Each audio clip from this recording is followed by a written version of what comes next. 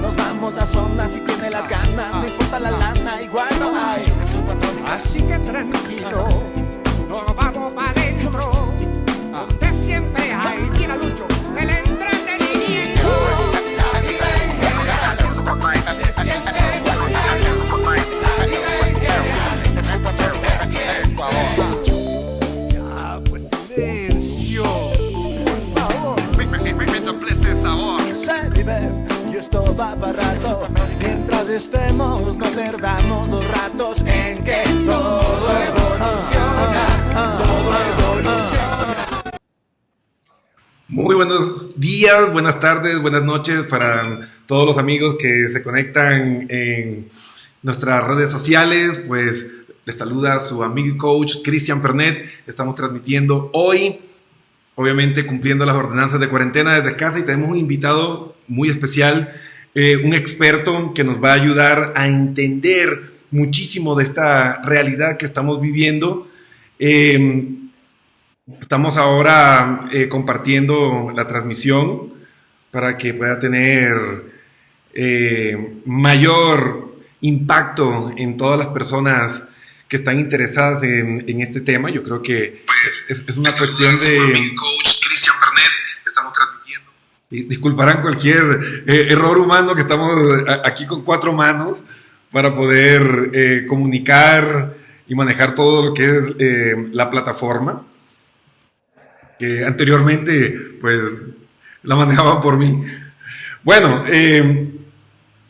estamos con el médico Frank Pernet. Es realmente una persona experta en toda esta área, sobre todo en la parte de respiratoria, que está afectando también fuertemente con este virus. Pero, por favor, cuéntanos un poco de quién eres, cómo llegaste a donde estás ahora, para luego entrar ya con la entrevista científica más en concreto. Saludos desde Cuenca, Ecuador. Bueno, ¿cómo están todos? Pues como ya mencionó Cristian, mi nombre es Frank Pernet. De hecho somos primos, se le olvidó esa parte. Yo soy médico internista y neumólogo. No en todos lados lo conocen con el mismo nombre, pero neumólogo es, digamos, los médicos que nos especializamos además en la parte pulmonar. Y además he trabajado muchísimo tiempo en cuidado intensivo. Ya en cuidado intensivo llevo trabajando casi 22 años, y los últimos 10 años pues yo era el jefe de la unidad de cuidado intensivo de una clínica de 4º nivel en Bogotá, que fue como uno de los sitios donde como más aprendí de cosas que a veces se salen de la parte solo asistencial y médica, sino de las cosas que uno tiene que pensar como adicionales. Y actualmente pues estoy viviendo en Suecia. Estoy desarrollando un proyecto de investigación en fisiología de ambientes extremos, que es como algo que siempre quise hacer y se dio la oportunidad de hacer ahora, y por eso ahora también puedo estar en casa. Exactamente. A ver, en tu experiencia como profesional en la salud, háblanos un poco e infórmanos qué es realmente el coronavirus y qué impacto puede tener realmente sobre nuestra sociedad hoy por hoy. Bueno, lo primero es que el coronavirus es como decir el nombre de la familia de virus. ¿Ya? Es un virus nuevo. De hecho, hemos tenido ya, esta sería casi la 3ª epidemia que hay con un tipo de coronavirus, y de pronto no se acuerdan, pero en el 2003 hubo una epidemia que fue la que se llamó SARS. ¿Ya? Y por eso el nombre de este virus se llama SARS-CoV-2, porque es genéticamente muy parecido a ese. Entonces por eso se le puso que era como una cepa diferente, pero termina produciendo lo mismo, que es un síndrome respiratorio agudo severo, que es como en inglés lo que significa SARS. Y en el 2012 tuvimos otro coronavirus que produjo otra epidemia que se llamaba MERS, que era porque era síndrome respiratorio del Oriente Medio, que era también por un coronavirus. Los coronavirus, de hecho, son virus que se encuentran en muchas partes. Uno de los, digamos, de los huéspedes que es más frecuente encontrarlo, y sobre todo en el primer caso de SARS, se encontró que los huéspedes naturales eran los murciélagos. ¿Ya? Entonces, esa es una de las razones por la que aparentemente la interacción entre humanos y animales siempre se asocia con este tipo de, no solo con los virus, hay muchas otras infecciones que son producto de esa interacción. Perfecto. Entonces, no es algo relativamente nuevo que estemos enfrentando, sino es como una mutación, es como una evolución de un virus que ya estaba rondando por ahí. Sí, y ellos siempre están mutando. Digamos, lo diferente de este virus, y creo que es la explicación de por qué se propagó tan rápido, es que es un virus que es más resistente de lo usual a vivir fuera de un huésped. Digamos, los virus, ellos no son células, sino ellos son como fragmentos de material genético, y ellos no son capaces de replicarse por ellos mismos. Entonces ellos necesitan entrar donde un huésped, que es un animal, una persona, y empiezan a replicarse. La mayoría de virus no son capaces de vivir en el ambiente mucho tiempo y se mueren. Este tiene la particularidad, de hecho ya hay estudios muy recientes con la epidemia actual que muestran que ellos pueden vivir en superficies 3 hasta 4 días. Entonces eso aumenta la posibilidad de contagio, porque 4 días en un sitio, y obviamente la cantidad del virus va disminuyendo con las horas, pero eso hace que sea fácilmente, digamos, se pueden contagiar las personas que están en contacto directo. Y lo otro, digamos, que ha sido problema es el tiempo de evolución, o lo que se llama el tiempo de incubación, y es desde que uno se infecta hasta que empieza a tener síntomas. Ya. Como puede ser, promedio es una semana, pero puede ser hasta 9 días.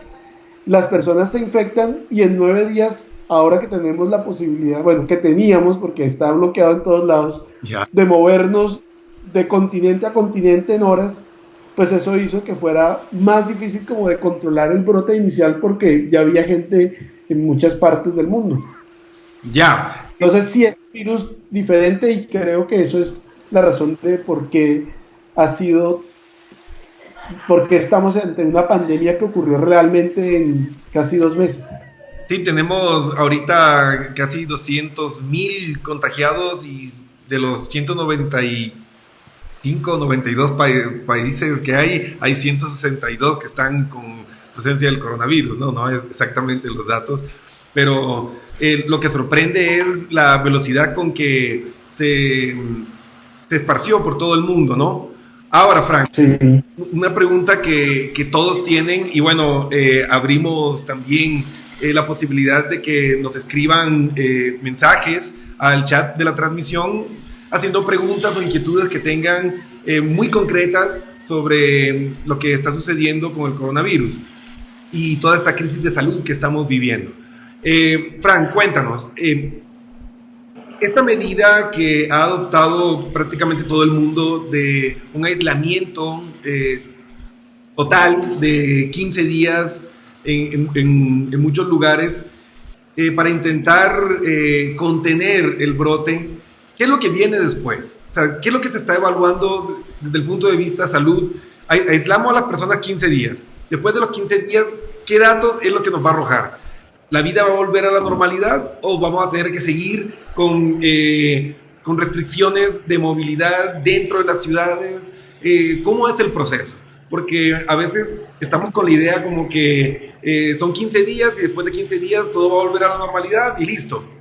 Entonces, cuéntanos un poco, como profesional de la salud y sobre todo experto en esta área, ¿qué es lo que nos espera?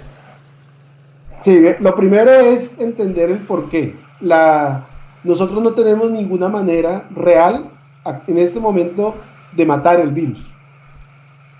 O sea, lo que se hace, digamos, lo que hace la atención médica es tratar de soportar, sobre todo los pacientes que tienen el compromiso pulmonar severo, la falla del pulmón hasta que el paciente se mejore por su propia cuenta. Obviamente hay muchos tratamientos que están ahorita usándose.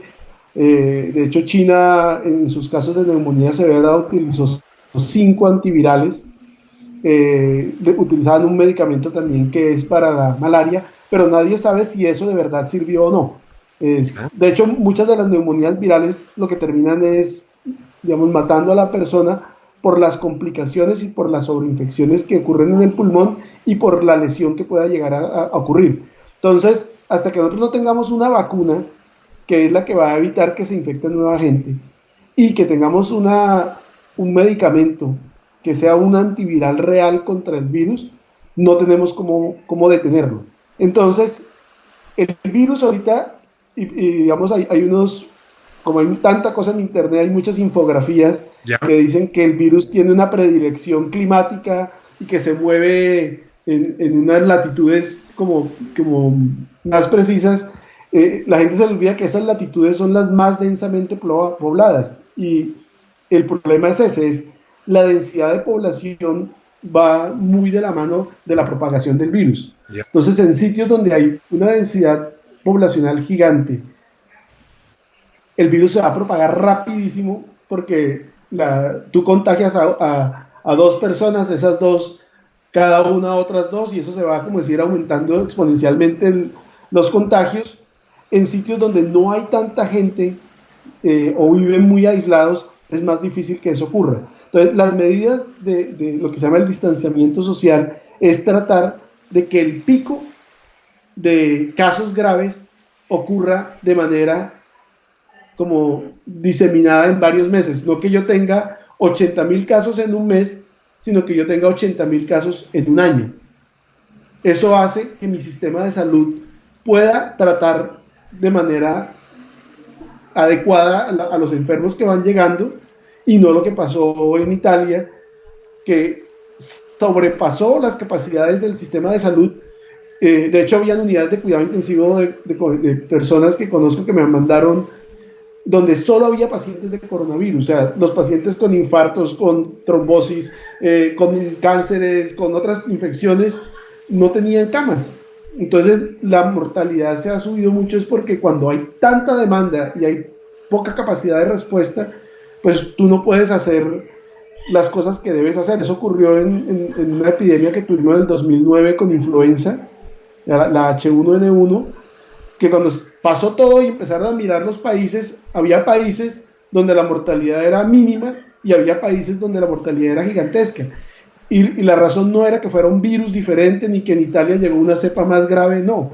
El problema es cuando el sistema de salud no es capaz de manejar el volumen de casos. Entonces, las medidas de distanciamiento social son tratar de que el pico no ocurra, sino que se vuelva como una elevación mucho más lenta. Entonces, la pregunta de ¿cuánto tiempo es la cuarentena?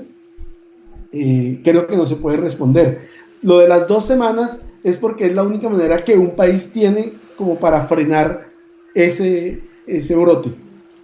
Pero si a las 2 semanas vuelve y todo el mundo arranca como si no hubiera pasado nada, probablemente va a volver a ocurrir si no hay una vacuna y si no hay un tratamiento. Entonces, esa es una de las cosas que creo que las pandemias nos enseñan, y es que cada país está tomando las medidas que considera, pues basado en la Organización Mundial de la Salud y eso, pero son medidas locales, cada cual tiene una idea de cómo manejarlo, y por eso es tan diferente. Una pandemia debería manejarse de manera, o sea, un control de mando mundial que le diga a todo el mundo lo que hay que hacer y en qué momento y cuándo. Entonces yo creo que las medidas de distanciamiento social probablemente se puedan flexibilizar un poco digamos, en las próximas semanas, pero creo que hay unas que habrá que mantener. O sea, entre menos aglomeraciones, entre menos contacto con mucha cantidad de personas, eso va a hacer que se disminuya la propagación.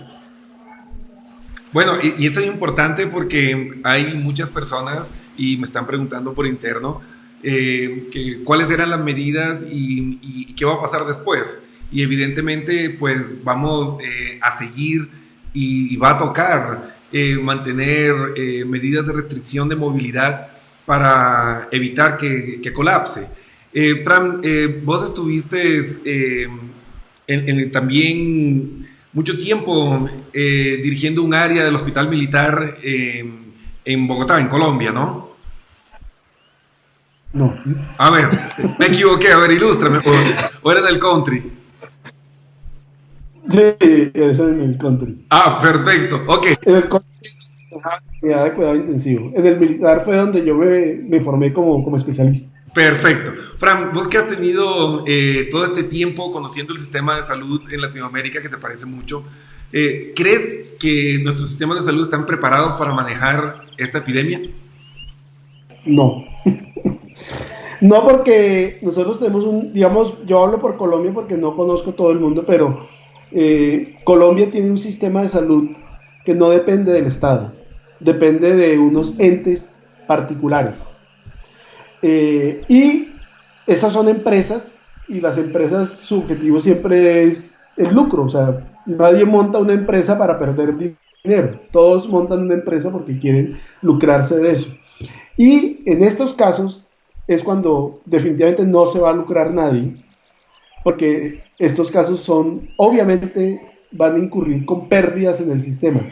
Entonces, si los gobiernos no intervienen, como decir, de una, la manera en que se va a utilizar los recursos para la salud. Y digamos, todos nos centramos mucho en la salud porque pensamos que eso es lo único, pero los agricultores que producen la comida, o sea, si todos los agricultores están en la casa, en un mes, ¿qué vamos a comer? Entonces, hay muchas profesiones que no pueden trabajar desde la casa. Yo digo, afortunados los que sí pueden, pero hay muchas profesiones que no pueden, porque son parte de los que se encargan del funcionamiento del sistema eléctrico, del acueducto. De hecho, un amigo decía, ¿qué ocurriría si quedáramos sin internet en esta? Entonces hay muchas profesiones que son igual de importantes al área de la salud, pero precisamente lo que tú dices, el sistema de salud que no está regulado por el gobierno directamente va a tener problemas en mantenerse, porque a pesar de que siempre hay entes reguladores, la parte económica va a estar afectada y una empresa va a tratar de recortar gastos en un momento en que es imposible recortarlos. Entonces, bueno, serían ventajas y son buenas noticias tal vez para las personas de Ecuador. Aquí el sistema de salud es público, está todavía controlado por el gobierno, y eso puede permitir que haya un mayor control y que las normativas que se den sean más estandarizadas, ¿no? Sí. En el país en el que te encuentras hoy, Frank, ¿cómo es el sistema de salud allá? El sistema de salud es público. De hecho, esa es una de las cosas que he contrastado con mi país, que me parecen positivas, y es que acá el alcalde de la ciudad va al mismo hospital que va la persona del aseo de mi universidad. Y eso me parece que es uno de los logros más grandes digamos, de este tipo de política, y es que el acceso a la salud no puede estar ligado a tu capacidad adquisitiva. Es injusto. Entonces, el sistema de salud es totalmente, casi que todo aquí es controlado por el gobierno.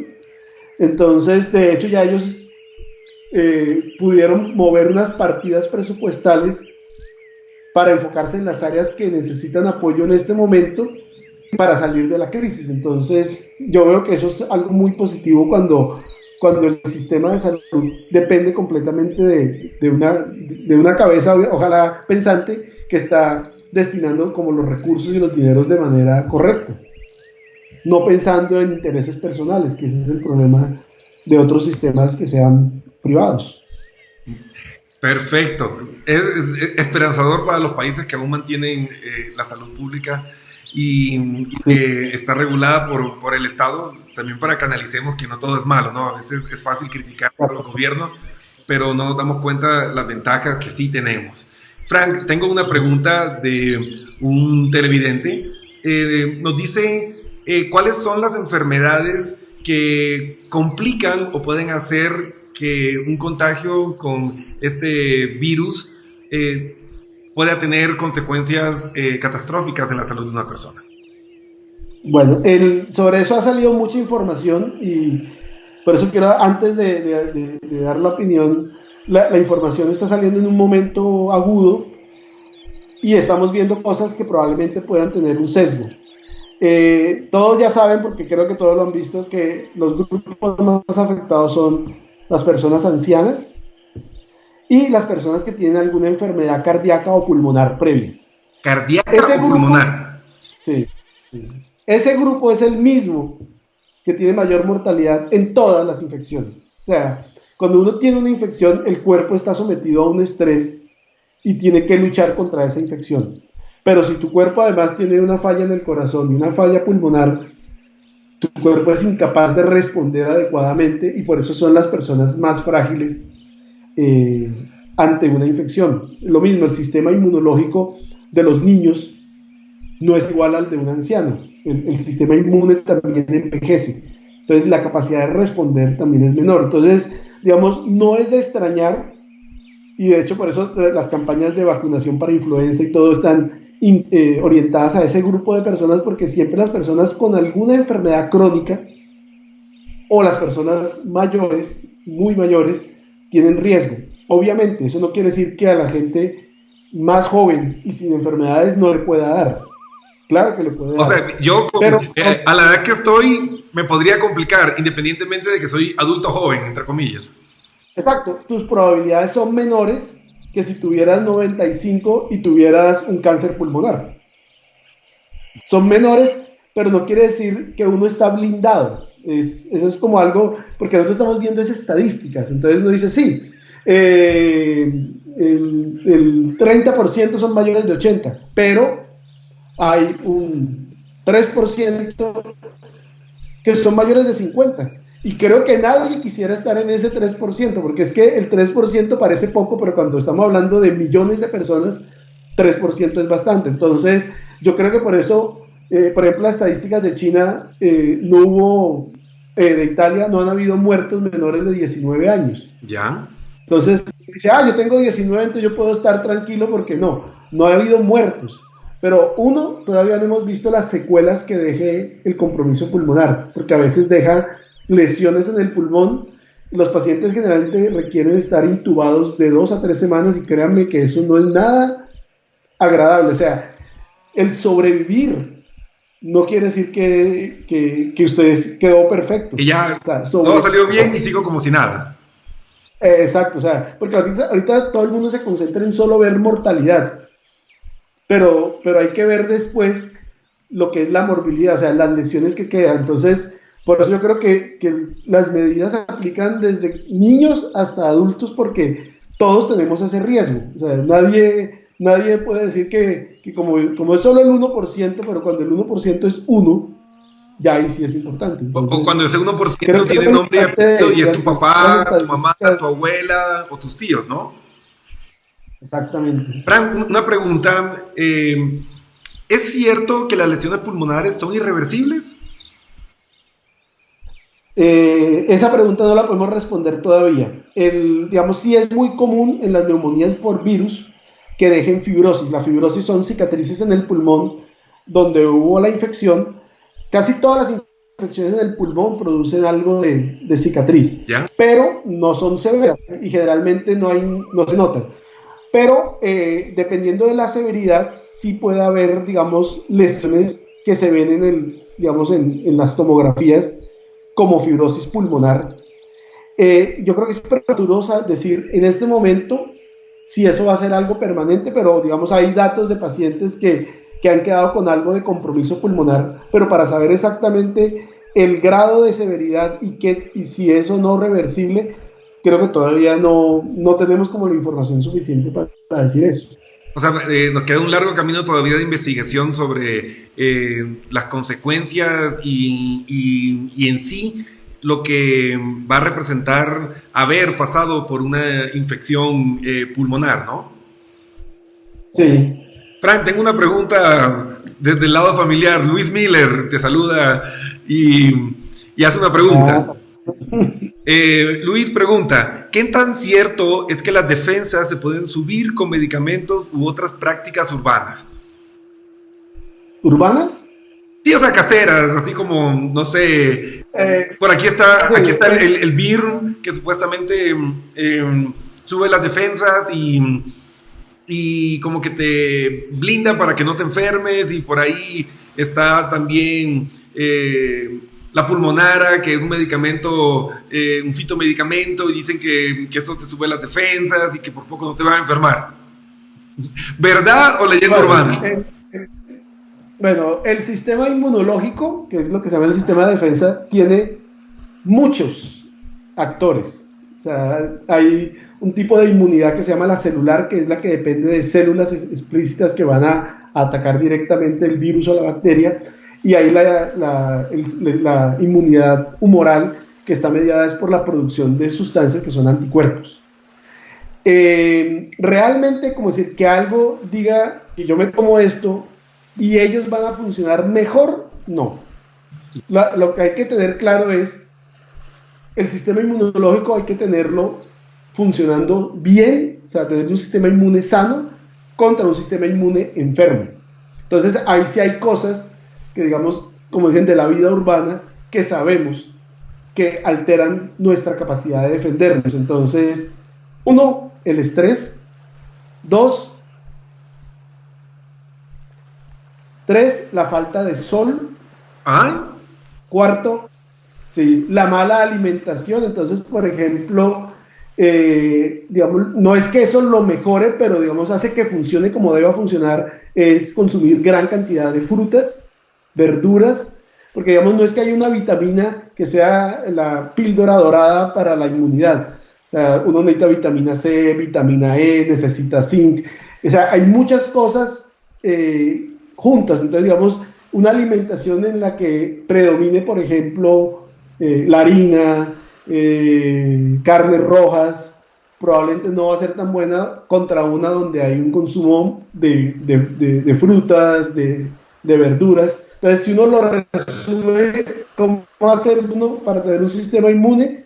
Bueno, es estar feliz, hacer ejercicio, tomar el sol y comer bien. Es como la manera de uno. Hay otras cosas que digamos que son muy específicas de ciertas cosas, por ejemplo, en la gripa, si hay unos estudios claros que demuestran que el consumo de equinácea, que es el extracto de una flor, puede ayudar a disminuir la duración de la gripa, pero la gripa común. Pero digamos, contra este tipo de infecciones que uno diga, es que esta cosa me va a ayudar a esta otra, no. Y no solamente el tener tu sistema inmune bueno va a prevenir, porque cuando hay una carga viral muy alta, así tú lo tengas muy bueno, te vas a enfermar. O sea, no es, tienen menos probabilidades, pero no hay una forma de blindarse. Interesante, porque ahorita también ha proliferado mucho esos medicamentos milagrosos que supuestamente te van a curar, que te van a proteger, y también, pues lastimosamente, en medio de la crisis también hay mucha gente oportunista, hay mucha gente inescrupulosa que en vez de trabajar en apoyar, desinforman y crean falsas expectativas en las personas. ¿Sí? Aquí me preguntan, me dicen, Cristian, ¿qué hay de cierto que mantener un organismo alcalino te protege contra las infecciones? Mi abuelita nos dice que en sus tiempos tomaban una puntita de bicarbonato de sodio en agua, y que eso les protegía contra virus y gripes. ¿Qué hay de cierto en eso, Frank? Pues, de hecho, lo que llaman la dieta alcalina, que es, digamos, el tipo de dieta que en teoría lo pone uno más alcalino, y ahorita hablamos que eso no es tan cierto, es a base de frutas y de verduras. O sea, el consumo de frutas y de verduras es, digamos, una dieta, por ejemplo, un vegetariano, su dieta en teoría es más alcalina que el que consume solo carnes rojas, que en teoría son más ácidas. Pero el cuerpo tiene, digamos, un pH que es lo que llamamos ser alcalino o ácido, es el pH de la sangre. El pH de la sangre tiene que funcionar en unos rangos muy precisos para funcionar bien, ni muy alcalino ni muy ácido. Entonces, digamos, que uno logre manipular el pH de uno para estar con un pH hacia arriba, eso realmente es por eso ha sido como un mito. Pero digamos lo de la dieta alcalina, generalmente digamos, lo positivo de ella es por el consumo de frutas y verduras, que no hay una sola cosa en eso, sino que son múltiples. Por eso no se ha podido aislar algo que uno diga, de los vegetales saquemos esto, que es lo que nos va a mantener sanos, porque son muchas cosas juntas.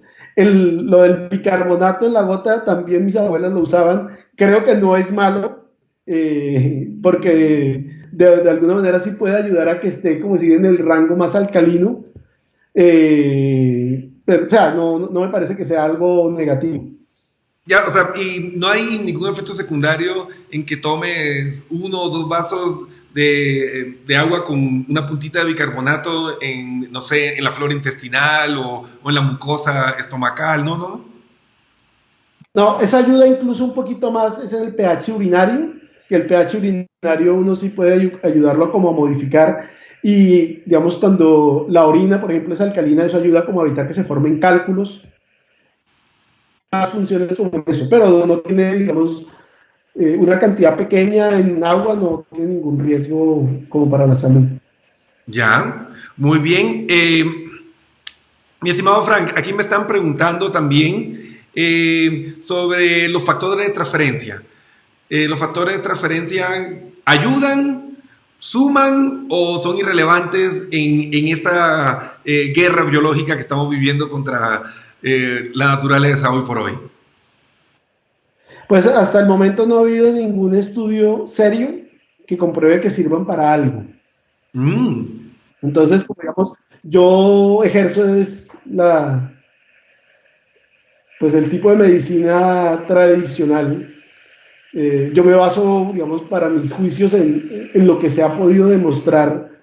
Entonces, hasta ahora no hay nada de lo que yo he leído, porque, digamos, los factores de transferencia también lo han usado para el cáncer y realmente no hay ninguna evidencia seria de que sirvan.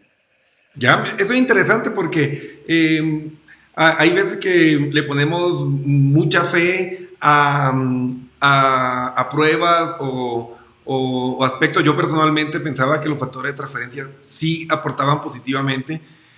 Sí estuve investigando también y la verdad los estudios que hay no cumplen con el rigor científico como para tú decir sí. Son muestras significativas o ha sido replicado en otros laboratorios y ha dado los mismos resultados. Es bastante ambigua la información, pero digamos que daba el golpe de fe, ¿no? Pero bueno, en estos momentos yo creo que hay que ir a lo seguro. Entonces, Frank, sí, para ir terminando, y gracias por darnos este espacio, cuéntanos, ¿qué hora es allá? Acá son las 7 de la noche. 7 de la noche. ¿En qué ciudad están ubicados para nuestros televidentes? En Ostersund. Literalmente están del otro lado del mundo. Entonces, bueno, ¿cuáles serían Polo Norte? ¿Cuáles serían los consejos que nos darías para que realmente nos cuidemos y estemos, digamos, protegidos, entre comillas, de contraer esta enfermedad? ¿Cuáles serían las medidas preventivas, profilácticas, de higiene que nos recomendarías como experto? Sí, lo primero que todo, creo que estos son de los momentos en que uno tiene que empezar a dejar de pensar como individuo y empezar a pensar como raza, como especie. Entonces, todo lo que uno haga no solamente es por protegerse uno, sino por proteger a los demás. Entonces, yo sí diría, digamos, hasta que no tengamos claridad de hacia dónde va la epidemia y si está llegando de verdad a un punto donde empiece a disminuir los casos, porque hasta ahora no lo hemos visto todavía en otros, solamente China es el único sitio donde parece haberse estabilizado. Yo creo que sí hay que pensar todavía en tratar lo menos posible de tener interacción y con grupos de personas, o sea, tratar en lo posible de uno estar, como decir, como autoaislado, así no sea una orden. Por ejemplo, aquí en Suecia no han cerrado los colegios. ¿Ya? Pero yo no estoy mandando a mi hija al colegio, porque yo estaba con gripa, mi esposa estaba con gripa, ella estaba bien, pero pues yo dije, yo no sé si esto es gripa normal o no, entonces no es correcto mandarla a un colegio donde pueda contaminar a todo. Entonces, uno es importante pensar en eso. De las medidas personales es el lavado de manos frecuente con agua y con jabón o con alcohol glicerinado si lo tienen, que es más, de pronto más fácil de tener para cargarlo. Frecuente, porque uno no es consciente de todo lo que toca en el día a día cuando sale, por ejemplo, de su casa. Y por el tiempo de duración del virus, me parece que es importante el tener esa conciencia de que las manos pueden estar contaminadas. Evitarse pasar las manos en la cara es porque los ojos, la mucosa de los ojos y la mucosa de la nariz son un punto de entrada muy fácil sobre todo para los virus. Entonces, si uno tiene un virus en el dedo, por decirlo, pero usted no lo usó para nada la mano y cuando llegó a la casa se lavó, no pasó nada. Pero si se empezó a meter los dedos en la nariz, ese virus que tenía empezó a entrar. Entonces, eso hay que hacerlo de manera consciente porque uno lo hace inconscientemente el estarse agarrando la cara. Si uno tiene síntomas de gripa, o sea, que tiene tos, moqueadera por la nariz, autoaíslese, digamos en los países, aquí veo eso es una ventaja, si la persona tiene síntomas tiene que llamar, y en los casos en que consideran que pueda ser, digamos, de manejo hospitalario, le dicen que no se mueva de la casa y van y lo busquen a la casa con todas las medidas de precaución, porque irse enfermo a un servicio de urgencias es enfermar a todos los que están ahí. Entonces, toca tener un poquito de sentido común en eso. Y digamos, si uno se siente que está con dificultad para respirar, por ejemplo, eso ya es un signo de que no es una gripa normal. O sea, uno no debe tener... y esta enfermedad tiene una cosa positiva, creo, en mi opinión, y es que la progresión a una falla respiratoria es lenta, no es tan rápida como otras. O sea, es cuestión a veces de días. Entonces, el hecho que usted se sienta con dificultad para respirar, pues va a dar tiempo de que le hagan las cosas que hay que hacer. No es que si usted tiene dificultad en 6 horas va a estar muerto, no. Entonces, como tratar de ser coherentes con los servicios de salud para evitar saturarlos de cosas que no son necesarias. Perfecto. Creo que eso es como lo más importante de autocuidado. Ya, entonces, a ver, corrígeme, hago la retroalimentación para ver si capté la idea de lo que hablamos. Entonces, primero, todavía falta un buen tiempo para que esté una vacuna y tengamos acceso todos a ella. Uh-huh. Entonces, sí. El mejor mecanismo... Sobre todo que todos tengamos acceso. Sobre todo esa parte. Eso es lo más... Segundo, el mejor mecanismo de defensa es autoaislarse. O sea, aquí en Ecuador estamos ya con restricciones legales, la cuarentena es obligatoria, si sales sin salvoconducto te vas preso, te ponen multa, pero independientemente de eso es una cuestión de responsabilidad personal, ¿no? No tienen que tener el patrullero al frente para ser responsables. Exactamente. Tercero, no es que los niños o los adultos jóvenes seamos inmunes y viva la fiesta, no va a pasar nada, porque igual podemos tener complicaciones y no se sabe el daño a mediano y largo plazo que puede tener una lesión pulmonar. Como cuarto punto, no solo son vulnerables las personas con problemas respiratorios, sino cardíacos también. Sí. Tomen nota, ¿no? Yo me desayuné hoy de eso. Y como último punto, quinto punto, sería que hay que guardar, pues, la calma y entender que probablemente nos toque vivir con el virus mutando por ahí, pero que ya va a estar controlado. No sé, me imagino que el panorama futuro será como el NH, el H1N1, o mejor conocido como la porcina, la gripe porcina o la aviar, que por ahí aparecerán casos y se controlan y todo eso, pero no es algo que va a desaparecer de nuestras vidas y que igual vamos a tener que tener opciones con los síntomas, ¿no? Exactamente. Algo más que... y pues por último, pues el correcto lavado de las manos. Tengo entendido que debe durar por lo menos 20 segundos el lavado de manos, porque hay veces que te pone el jabón y... Eso podemos hacer un curso rápido de cómo se debe lavar las manos. Uno es... A ver. Pues jabón o el alcohol. Venga, me echo un poquito más hacia atrás.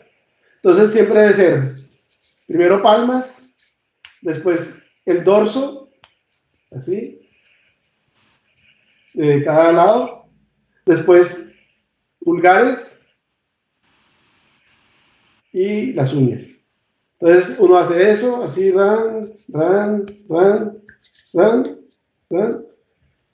y listo. La idea sí es que más o menos sea por ahí con jabón y todo unos 20, 30 segundos, pues para asegurarse que quede lo más limpio posible.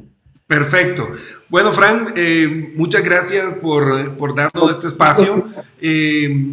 Yo creo que es muy importante que la gente tenga acceso a esta información verídica, que despejen dudas sobre situaciones que se están dando en el mundo, sobre falsa información o desinformación, y remitirlos a los especialistas, que son quienes tienen el manejo correcto sobre estas situaciones que estamos viviendo. Así que muchas gracias, un saludo a toda la familia y te estaremos molestando más adelante también para que nos ayudes con más información sobre este tema tan importante como es la salud en medio de esta crisis sanitaria a nivel mundial.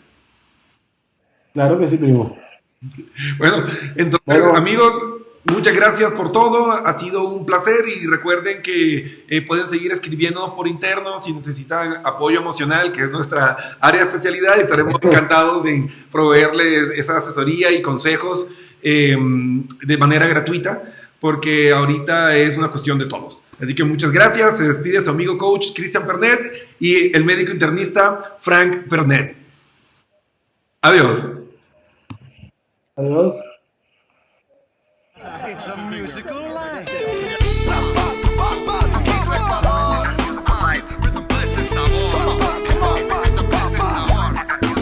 Salí de mi casa súper tranquilo con un cigarrito en el bolsillo.